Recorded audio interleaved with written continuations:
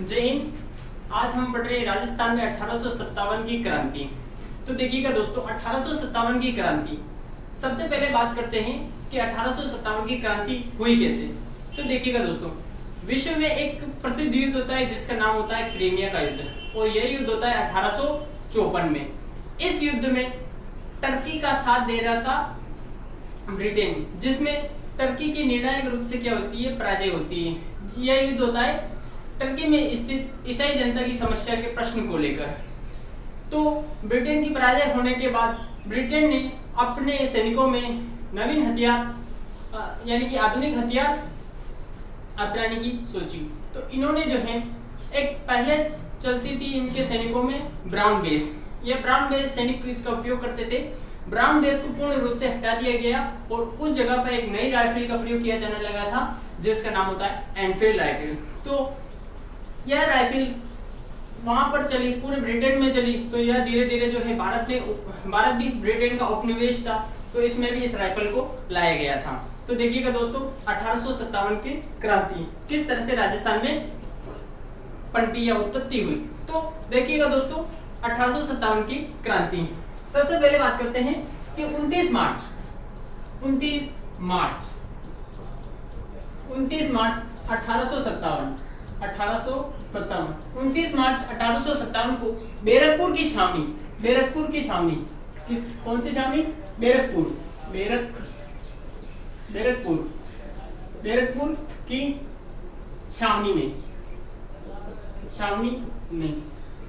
बैरकपुर की छावनी में 34वीं रेजिडेंट के मंगल पांडे ने बैरकपुर की छावनी में 34वीं रेजिमेंट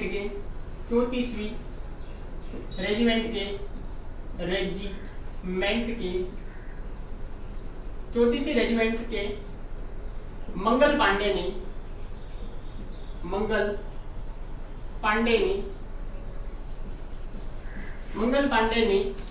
लेबाग और जनरल हुमस की कर देता है हत्या। लेफ्टिनेंट लेबाग और general humus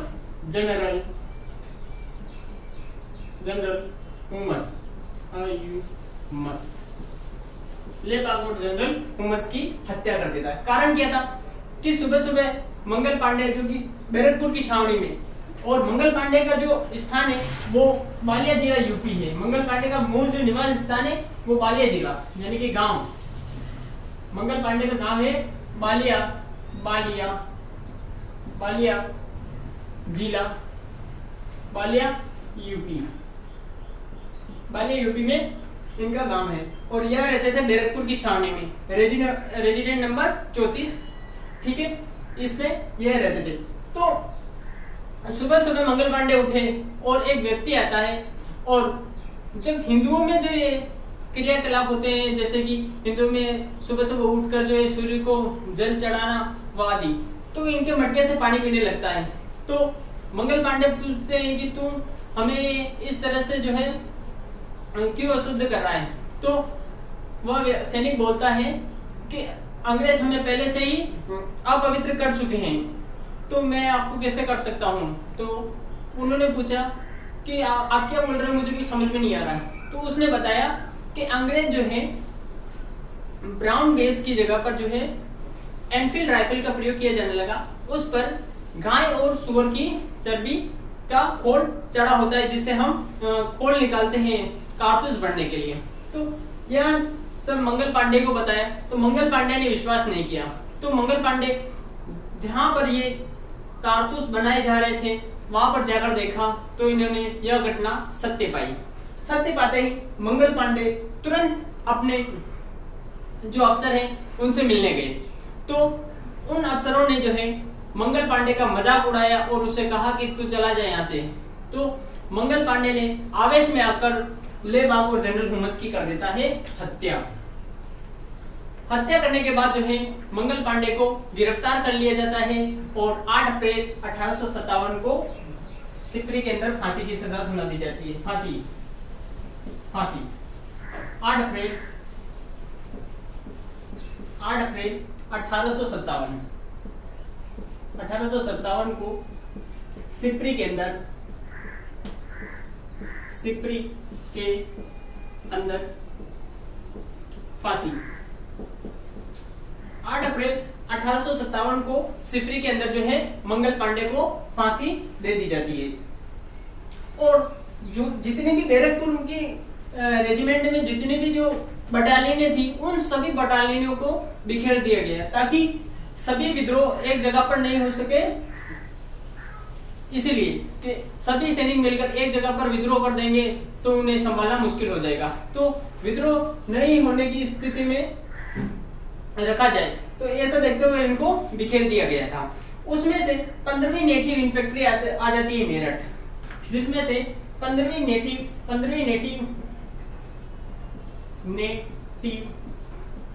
infantry 15वीं native infantry आ जाती है मेरठ। और बैरकपुर में जैसे मंगल पांडे को फांसी की सजा होती है और धीरे धीरे जो है इनमें पता चलता है कि जो अंग्रेज हमें एनफील्ड का प्रयोग करवा रहे हैं उन पर गाय और चर्बी का को जो है सूअर की चर्बी का खोल चढ़ा होता है। तो इसको देखते हुए मेरठ में भी विद्रोह हो जाता है। यहाँ पर मेरठ में 90 सैनिक होते हैं जिसमें से एनफील्ड का प्रयोग करने के लिए 85 सैनिक इनकार कर देते हैं। 85 सैनिक जो है इसका प्रयोग करने से इनकार कर देते हैं और केवल 5 सैनिक ऐसे होते हैं जो कि प्रयोग करने लगते हैं, लेकिन 85 सैनिक जो हिंदू सैनिक होते हैं वो पूर्ण रूप से इनकार कर देते हैं। इनकार करने के बाद जो है इन पर कोर्ट मार्शल किया जाता है। कोर्ट मार्शल किया जाता है कार मार्शल के नेतृत्व में, क्योंकि ये बटालियन का जो नेतृत्व कर रहे थे वो ऑफिसर कार मार्शल कर रहे थे और उन्होंने जो है जानबूझकर इनको ज्यादा उकसाया और उनके खिलाफ जो है एनफील्ड का प्रयोग नहीं करने पर कोर्ट मार्शल कर दिया गया था। ठीक है, वापस यहाँ पर जो है इस बटालियन ने विद्रोह कर दिया और विद्रोह करने के बाद जो है 11 मई को इसने दिल्ली पर अधिकार कर लिया और यहाँ पर 15वीं नेटिव इन्फेंट्री थी। वापस अंग्रेजों ने सोचा कि ये भी कहीं यहीं पर विद्रोह न कर दे और इसमें विद्रोहियों में शामिल ना हो जाए। इसको देखते हुए इसे तुरंत वापस हटा दिया जाता है और भेज दिया जाता है राजस्थान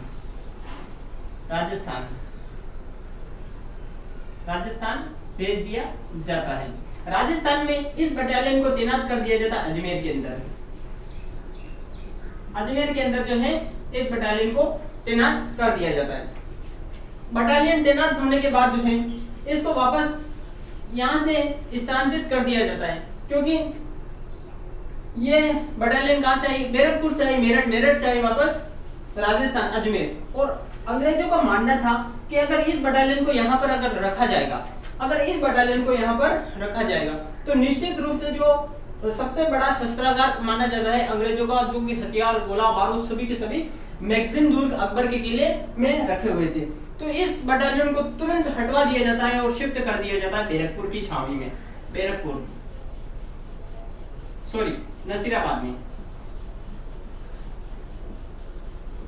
नसीराबाद में शिफ्ट कर दिया जाता है और नसीराबाद पड़ता है अजमेर के अंदर। नसीराबाद छावनी में शिफ्ट कर दिया जाता है और मैगजीन दुर्ग से इस बटालियन को हटा दिया जाता है। उसके बाद देखते हैं दोस्तों, वापस एक बार रिवाइज करते हैं और उसके बाद आगे बढ़ते हैं। सबसे पहले बात करते हैं 29 मार्च 1857 को बैरकपुर की छावनी में जो है सर्वप्रथम विद्रोह की घटना अंग्रेजों के खिलाफ भड़कती है। उस समय जो बैरकपुर में छावनी थी 34वीं रेजिडेंट, ये 34वीं रेजिडेंट का जो मंगल पांडे था उसने जो है विद्रोह किया और अपने ही अधिकारी लेवागौर जनरल होमस की कर देता है हत्या। तो यह मंगल पांडे बालिया गांव यूपी का था और बैरकपुर की छावनी जो कि पश्चिम बंगाल में पड़ती है वहां पर जो इस छावनी में था। तो इसको जैसे विद्रोह करता है तो इसको जो है 8 अप्रैल 1857 को सिपरी के अंदर फांसी की सजा दे दी जाती है और तुरंत 15वीं नेटिव इन्फेंट्री और बहुत सारे सैनिक होते हैं इनको तुरंत बिखेर दिया जाता है। तो 15वीं नेटिव इन्फेंट्री को मेरठ भेज दिया जाता है। मेरठ में पहले से ही तैनाती 20वीं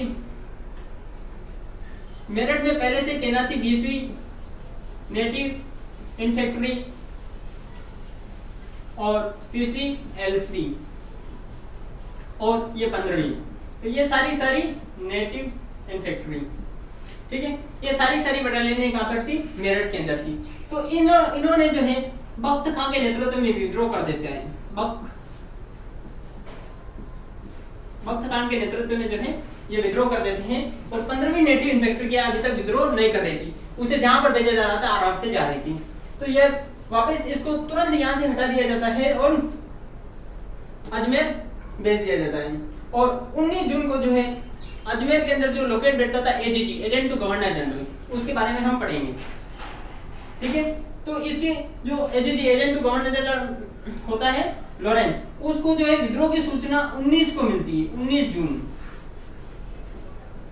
जून को जो है विद्रोह की सूचना मिलती है, ठीक है। इसके बाद देखते हैं दोस्तों, आगे बढ़ते हैं। अब बात करते हैं पूर्ण रूप से राजस्थान में बात करते हैं विद्रोह की। ये तो था देश में, जिसमें से अब पढ़ेंगे हम राजस्थान के बारे में कि किस तरह से विद्रोह होता है राजस्थान के अंदर। तो देखिएगा दोस्तों, 1857 की क्रांति राजस्थान में। सर्वप्रथम बात करते हैं कि 1803 और 1818 की जो है अधीनस्थी या सहायक संधि करने के बाद राजा निश्चिंत रूप से शांत रह गए और वो जो है अपने भोग विलास में डूब गए थे, परंतु कहीं न कहीं उनके जो है अधिकार धीरे धीरे छीने जा रहे थे और अनेक बटालियन स्थापित की गई, जैसे कि मेवाड़ बिल्कुल और 1841 में बटालियन स्थापित की गई थी, जोधपुर लीजन 1835 में। तो इस तरह से जो शेखावटी ब्रिगेड है, इस तरह से ब्रिगेड स्थापित की गई थी और इन सभी को नियंत्रण रखने के लिए एक रेजिडेंसी की स्थापना की गई थी, जिसका नाम होता है राजपुताना रेजिडेंसी। राजपुताना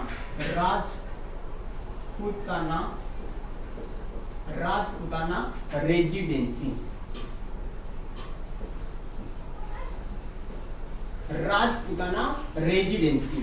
इसकी स्थापना जो की जाती है 1832 के अंदर इसकी स्थापना की जाती है। रटने की कोई जरूरत नहीं है, केवल याद रखना है राजपुताना रेजिडेंसी 1832। इसके बाद इसके मुख्यालय की बात करें, मुख्यालय इस जो रेजिडेंसी था इसका दो मुख्यालय था। एक मुख्यालय को बनाया गया था अजमेर के अंदर,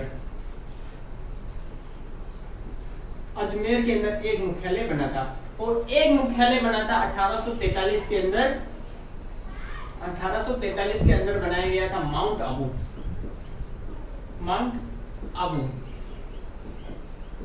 1843 के अंदर जो मुख्यालय बना था वो माउंट आबू बनाया गया था, क्योंकि अंग्रेज जो है ठंडे इलाके से आए हुए थे, तो उनको जो है वापस जो है गर्मियों के दिनों में जो है ये माउंट आबू चले जाते थे। तो इनका जो मुख्यालय था वो दो जगह पर था, एक तो था अजमेर के अंदर और एक था माउंट आबू के अंदर, ठीक है। सबसे पहले बात करते हैं कि एजीजी, यहाँ पर बैठता था एजीजी और राजपुताना रेजिडेंसी में जो बैठता था उसका नाम होता एजीजी। एजीजी का अर्थ क्या होता है, मैंने बताया था कि एजेंट टू गवर्नर जनरल, यानी कि गवर्नर जनरल का एजेंट। तो उस समय भारत का जो गवर्नर जनरल था, भारत का गवर्नर था लॉर्ड कैनिंग। भारत का गवर्नर जनरल था लॉर्ड कैनिंग और एजीजी था लॉरेंस, पैट्रिक लॉरेंस जो है उस समय राजपुताना रेजिडेंसी या राजस्थान का एजीजी था। इसके बाद बात करते हैं कि ब्रिटिश प्रधानमंत्री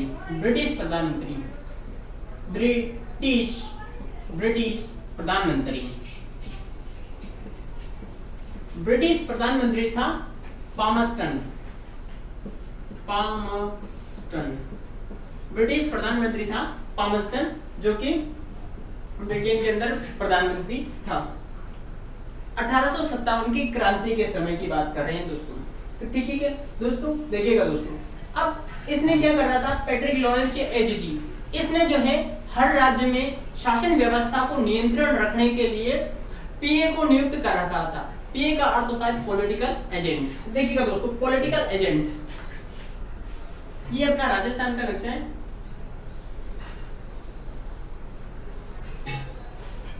ठीक है।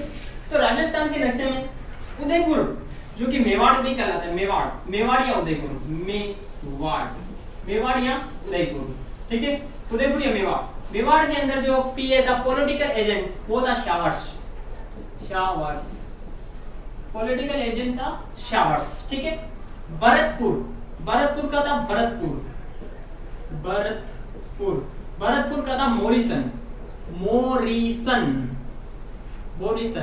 और यहां पर था जयपुर, और जयपुर का था ईडन, जयपुर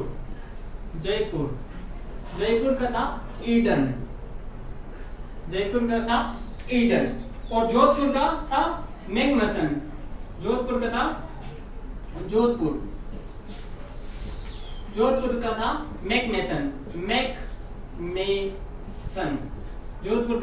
मैकमेसन, और कोटा का था बर्टन, कोटा,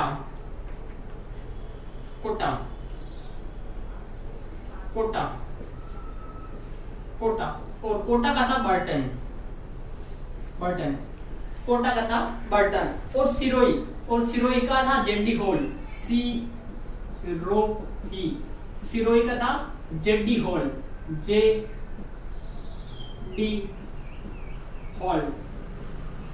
जेडी हॉल जो है सिरोही का उस समय पीए था।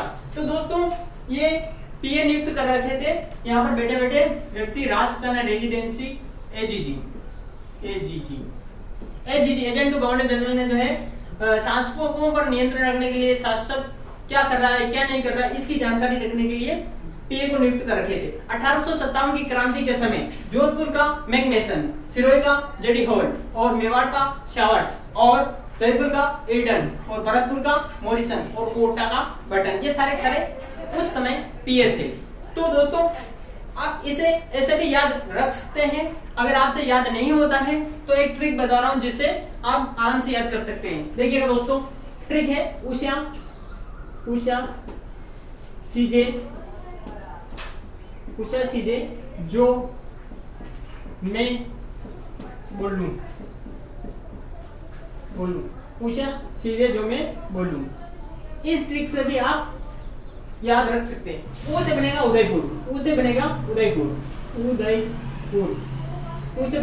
उदयपुर, शाह से बनेगा शावर्स, और सी से बनेगा सिरोही, सी से बनेगा सिरोही, और सिरोही का था जेडी हॉल,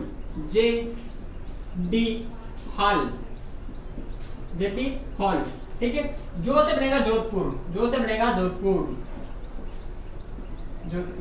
जोधपुर का था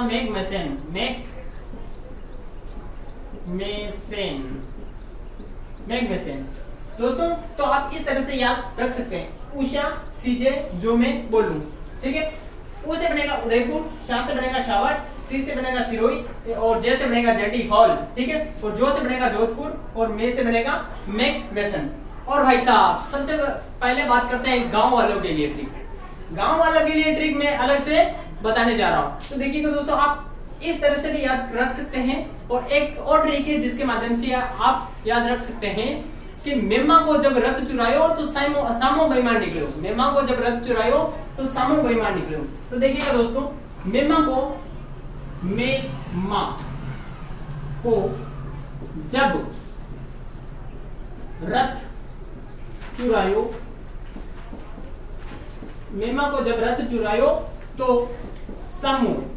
सामो बेईमान निकलो,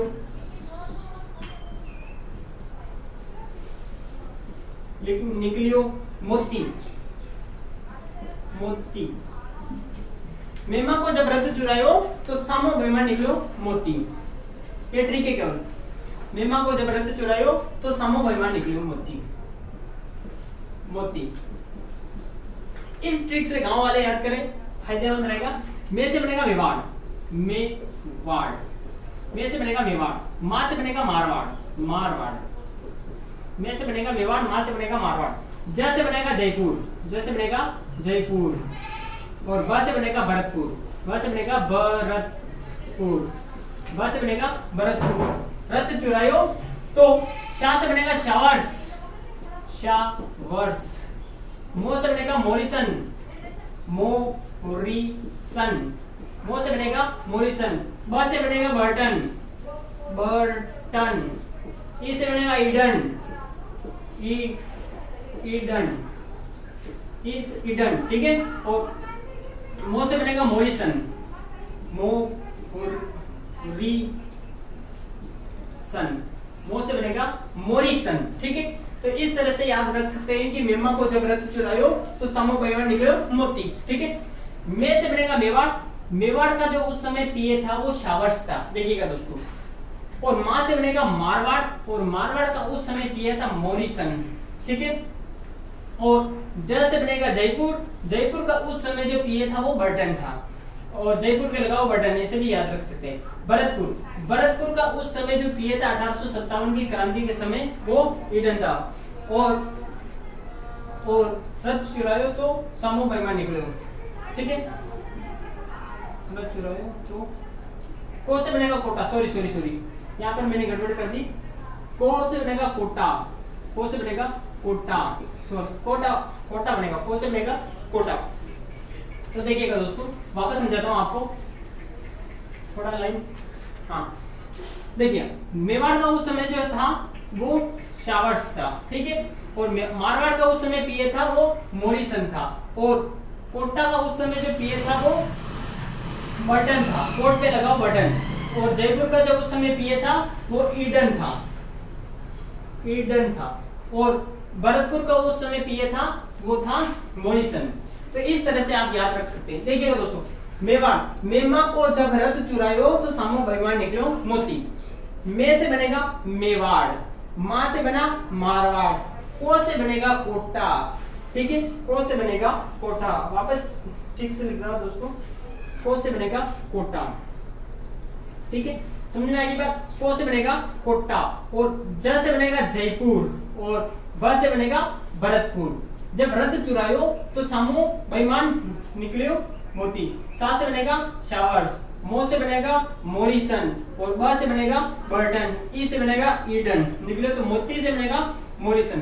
तो मेमा को जब रथ चुरायो तो सामो बेईमान निकलियो मोती। मे से बना मेवाड़, मेवाड़ का उस समय जो पीए था वो शावर्स था। मां से मारवाड़, मारवाड़ का मोरिसन। को से कोटा, कोटा पे लगाओ बटन। और जयपुर, जयपुर का था ईडन, और भरतपुर का था मोरिसन। ये जो है 1857 की क्रांति के समय पिए थे। तो मैंने आपको दोनों तरह से बता दिया है, आपको जिस तरह से अच्छा लगे आप याद कर सकते हैं। इसके बाद बढ़ते हैं आगे कि 1857 की क्रांति के समय वहां के शासक कौन कौन से थे। तो देखिएगा दोस्तों, 1857 की क्रांति के समय जो राजस्थान में जो शासक शासन कर रहे थे, केवल वो उनकी मैं ट्रिक तो नहीं बताऊंगा, केवल ऐसे ही लिखा हूं, आप याद कर सकते हैं। और जो मुख्य हैं उनके बारे में मैं अवश्य आपको बताऊंगा। तो देखिएगा दोस्तों,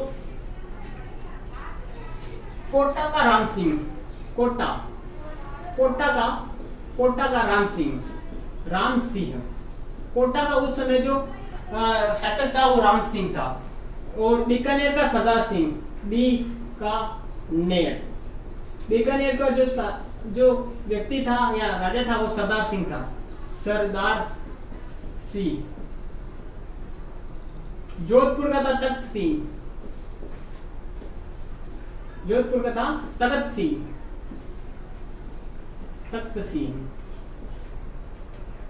उदयपुर का था स्वरूप सिंह। उदयपुर का जो शासक था वो स्वरूप सिंह था। और यही जो है मेन है, उदयपुर का कौन था और जोधपुर का कौन था और कोटा का, ये सबसे ज्यादा महत्वपूर्ण है। तो आप इनको जो है याद रखें, बाकी सारे याद करने की जरूरत नहीं, लेकिन इनको याद रखें। बांसवाड़ा का था लक्ष्मण सिंह, बांसवाड़ा का था लक्ष्मण सिंह। जयपुर का था राम सिंह, जयपुर का था राम सिंह सेकेंड, राम सिंह सेकंड, यानी राम सिंह द्वितीय था, एक कोटा का राम सिंह और एक जयपुर का राम सिंह, तो आप याद रख सकते हैं राम सिंह सेकंड।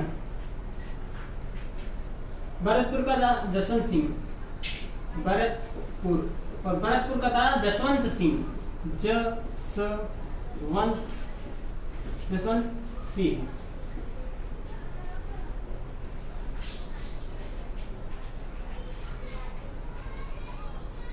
कुशलगढ़, कुशलगढ़ का हमीर सिंह राठौर, हमीर सिंह राठौर, कुशलगढ़ का था हमीर सिंह राठौर।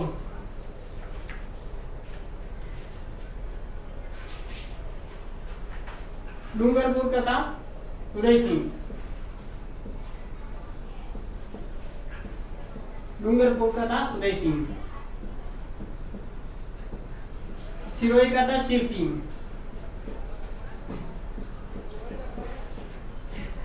सिरोही का शासक था शिव सिंह, शिव सिंह सिरोही का शासक था। और टोंक का नवाब वजीर खां था, नवाब वजीर खां। टोंक का उस समय शासक था नवाब वजीर खां, और टोंक एकमात्र मुस्लिम रियासत थी, ठीक है, ये भी याद रखें। देखिएगा दोस्तों, आप सबसे ज्यादा याद रखें, कोटा का राम सिंह था, बीकानेर का सरदार सिंह था, जोधपुर का तखत सिंह था, उदयपुर का स्वरूप सिंह था, बांसवाड़ा का लक्ष्मण सिंह था, जयपुर का राम सिंह सेकंड था, और भरतपुर का जसवंत सिंह था, कुशलगढ़ का हमीर सिंह राठौड़ था, और डूंगरपुर का उदय सिंह था, और सिरोही का शिव सिंह था, और टोंक का था नवाब वजीर खां। ठीक है, ये सभी जो है 1857 की क्रांति के समय शासक थे। ठीक है, अगले, थैंक यू।